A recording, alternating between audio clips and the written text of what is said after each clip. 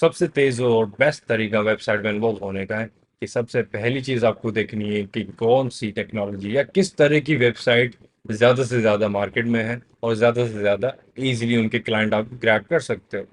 तो वेबसाइट या web development की जितनी भी मार्केट है उसमें से ऑलमोस्ट 79 आई थिंक या 78% तक वर्डप्रेस की वेबसाइट्स है।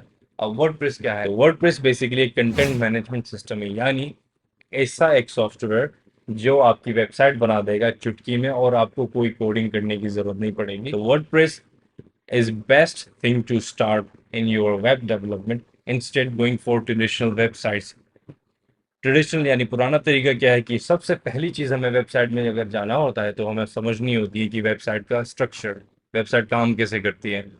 और काम करने के हवाले से हम फिर सर्वर में घुसते हैं, डेटाबेस में घुसते हैं, नेटवर्किंग में घुसते हैं, HTML और CSS और जावास्क्रिप्ट में घुसते हैं, दिमाग की दही हो जाती है।